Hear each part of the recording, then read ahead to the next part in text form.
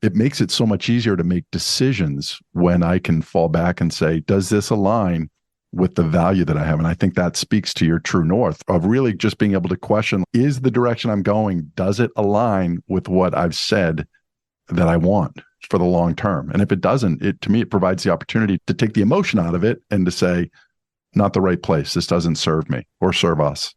Yeah. Yeah. Which leads to, you hear a lot of people saying, hey, say no more than you say yes. Really, that's what it comes down to. I fully respected in years where I'd meet with somebody and ask them to do something with me, and they'd say, no, it doesn't align with my investment strategy, or it doesn't align with my current plan. I was saying yes to everything. Oh, let's do this. Let's go. Oh yeah, shiny object. Let's do this. Okay, let's go. And you quickly realize that carelessly running after things without really knowing ultimately what you're trying to achieve doesn't work. And that discipline that you talk about, looking at every decision you make through your values or through your life plan and your direction, that discipline, sometimes it takes a little bit of an awakening to get there. But once you get there, man, things get cleared up pretty quick. Yeah, I did not have it. I was the shiny penny. Yeah. And I found that because what was making money for somebody else looked great, but it wasn't for me. There was no passion in it in terms of what they were doing. So they were successful. I wasn't going to be successful because I didn't come from that same place that they did, which one of the concepts you talk about in this is around patient ambition. Yeah. Yeah. I love that. That was almost the name of the book. Really? Patient ambition. And maybe that'll be the next one. But yeah, as I was going through this process, actually it was through the naming process of the book, what should this book be called, that I brainstormed up this concept or this word. I never heard them together. So if somebody else claims ownership to it, that's fine. I never heard it, but patient ambition, because what I had was careless ambition. I was just running for running's sake. I wanted to grow for growth's sake. I wanted to build something big. I aspired to be successful in business. To me, I glamorized all of that when I was in my youth, right? Trying to be an entrepreneur. But I came in with full of piss and vinegar and being successful in selling things and growing things and doing things, but sometimes leaving a wake behind me or creating cash issues over here. And when I learned the concept of patient ambition, I was like, okay, all right, hold on a second. Slow down. You're maturing as an entrepreneur now. Align to your True North life plan. Align to your business plan. Be comfortable saying no. And if an opportunity arises that doesn't match your strategic business plan or your True North life plan, be comfortable saying no and be patient, because the opportunities will come that will align to those. And those are the opportunities you'll have the most passion in. You'll be able to be the best in the world at, be able to drive your economic engine to success. Patient ambition has been a word that now I use very frequently with entrepreneurs that I work with. Okay, let's be patient here. All right. You said last week this was your plan, and now you're talking about something completely different. Hold on a second. Let's go through this strategically, because life's a long journey. And based on modern science and what's going on, we may live a lot longer than we think. We got a lot of time. Be patient, and ultimately you'll be a lot happier. Yeah. Which on the surface, when you hear patient ambition, it almost sounds like an oxymoron. How can you be patient and ambitious at the same time? Mm-hmm. I look at it more as I read this and hear you talk about it. It's a dance. There's a dance there that we have to balance those two things. We want to get there too quick. We want instant gratification. That art of delayed gratification, to take that slow march. I think it was Good to Great, Jim Collins, like that 20-year or 20-mile march. Like, just take your time. Keep it with the best companies over time. They just consistently grow. Like, you try and grow 100% a year. It's not easy. It creates a whole bunch of growing pains, right? A whole bunch of messy middles, up and downs and issues and gaps in the boat. And really taking your time systematically to grow what you envision is the wiser approach, and you'll own a lot more of it. Yeah, I think of the story with Walter Mischel. I'm pretty sure that's the pronunciation of his last name. The marshmallow study. You're familiar with that? Where they had kids that I think they were 5 years old, and they had them in a room with an instructor, and they basically said to the child, and maybe it was a marshmallow cookie, so you know where this is going. Yeah. If I come back in 15 minutes and that's still here, you get 2 of them. Yep. And it was interesting. So they followed these kids for almost 40 years and looked at a number of different metrics to see what ones were most successful. And it was the ones that didn't eat the marshmallow tended, right. It's not to say that you ate the marshmallow, you weren't going to be successful, but there was something there. And I think it came down to this idea of delayed gratification, of being able to push off what would seem enjoyable right now for what in the horizon. Yeah. And Patrick, it's getting harder and harder, right? Oh, wait a minute. I just got an Instagram notification, right? We're fed all these stimuli that just keeps coming in and coming in. And one of the biggest lessons I learned in the last couple of years, I'd love to share at this moment, is I was working with a coach and he started talking to me about what I'm putting into my subconscious mind and how am I training my subconscious mind to filter all these things that are coming in and what a reticular activating system is and how, we get millions and millions of stimulus every single day. The ones that make it through, it's because you've trained your mind to look for them. And so back to your whole knowing what your core values are and knowing what your plan is and knowing what it is, when you see something, you automatically know, no, that doesn't fit because you've trained your mind to see it or not see it. Now it's similar to the mushroom experiment. Those minds had a mind, no, I can wait. It's no big deal. And it portrays through life.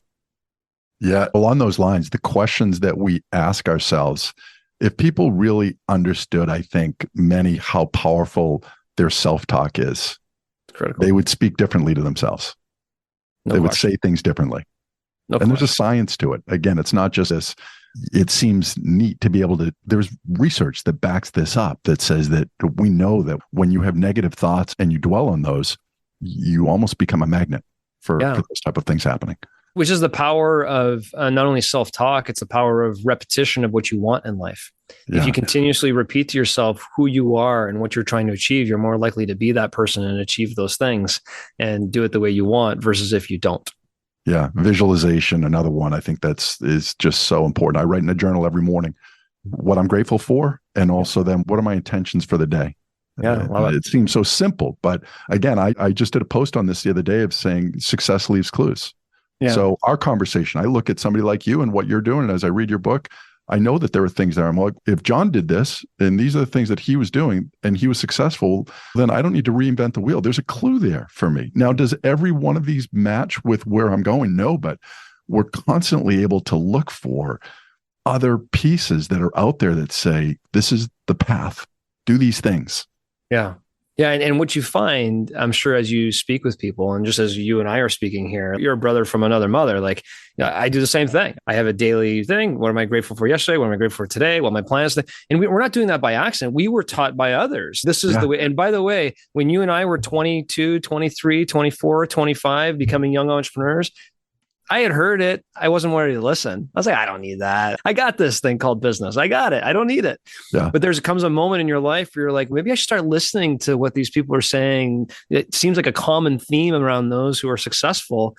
And once you start gravitating to that, it changes you. So you may be listening to this conversation between you and I saying, oh, I don't need to do visualization. I don't need to have positive self-talk. I don't need this stuff. One day you'll realize the power of it. And not just for business, for any aspect of your life. When you talk about the true north, I think of this holistic approach to who do I want to be as an individual? And whether it's a parent or a husband or a sibling or a friend, all of these things, I think, make up part of our success in who we are as individuals. Yeah. What mark are we leaving? Yeah, 100%. You have a poster on your wall behind you that I'd like to point out for those who are just listening, but life is short. And that doesn't mean you need to run through it carelessly and go fast. You still have to have patient ambition, but there's so much to enjoy in it. How are you going to enjoy it? Exactly. How are you going to enjoy it in the long term and work your way backwards? Okay. If that's where I want to be 30 years from now, what am I be in 10 years and 5 years and 3 years and 1 year, this quarter, this week, what am I doing today? It all has to align. And once it does, it really provides great value. Yeah, it's interesting. And my guess is I'd love your perspective on this. I think of behaviors. This is all about behaviors, whether it's being successful in business or in personal relationships or anywhere, is that there are behaviors that we know that if we consistently model these, the results will materialize at some point. You got to be patient, but they'll materialize at some point. Yeah, 100%. I couldn't agree with you more. And I think that speaks more to the concept we just talked about. Know where you want to go and be disciplined and patient in getting there, and you'll get there. So the last part that I'd love for you to give some insight in, and you tell a story here as well in regards to Jekyll and Hyde. How did that manage to weave its way into this? Yeah. So at the end of the book, I talk about two entrepreneurs, Jekyll and Hyde. We all know that famous Jekyll and Hyde story of split personalities. And listen, as entrepreneurs, we're all crazy. I can't remember exactly what the quote is. If you're working for yourself, you're working for a lunatic, right? And we all have these split personalities. We go from janitor to the chief cook and bottle washer at the end of the day. We're all over the place. Ultimately, through different phases of our business, we wear 8 different roles as we grow our companies. But also there's different ways we can be. Like one day we're aggressive and one day we're cautious and one day we're this and one day we're that. But in my life, in my personal life, to personalize it for a second, when I'm all business, I'm sometimes all business and I'm all serious and I'm on my telephone calls and my wife and neighbors used to make fun of me because every Friday or Saturday night we'd go out and have a good time and I'd be dancing on the table. I was like, wait a minute, that's not the John I saw making those phone calls. So they nicknamed me Jekyll and Hyde based on my split personalities of who I am in business versus when I go out and have a good time with my hair down speak. So as I was finishing this book, people like to learn things sometimes through stories. And I looked at my split personality as an entrepreneur in the moment where I tried to grow a company to 100 million and failed hard. Who was I in that situation? And what are the actions and things that I took relative to these principles? And in the situation where I took those learnings and did it differently and did it the right way and grew a company to 100 million, who was that personality? And so it finishes at the end. Who do you want to be? Ultimately, and hopefully they resonate with the right person. I love that. I will jokingly, when I'm having conversations with my wife, Cindy, and she'll ask me something about work and my mask, my consultant or coaching mask goes on. She goes, oh boy, here we go. You're talking to me different. It's just, exactly. You can't help it. So I really appreciated this conversation so much, John, in terms of what your book has to offer. And as I said, I am looking forward to going back and taking an even deeper dive into it because there's so much that I feel like I'm going to be able to pull out of this. Aside from the standard channels, Amazon, any other places that would be beneficial for people to try and reach out to you? Yeah, I think the website, 100mjourney.com. So 100M as in Mary or M as in million, 100mjourney.com. And on there, we do have the $100 million journey workbook, which is free to access for anybody who wants the resources that come along with the book. I would highly encourage people to take a look at and some supplemental videos. And they can reach me there and find all my connections there if they're interested in connecting more. Oh, that's great. Thank you, Patrick. All right. It was fun. Thanks, John. Enjoy. Thanks so much for listening to this episode of the Learning from Leaders podcast. If you've enjoyed the show, please feel free to rate, review, and subscribe on your preferred podcast listening platform. We really appreciate that effort. Until next time, keep rising above your best as a leader.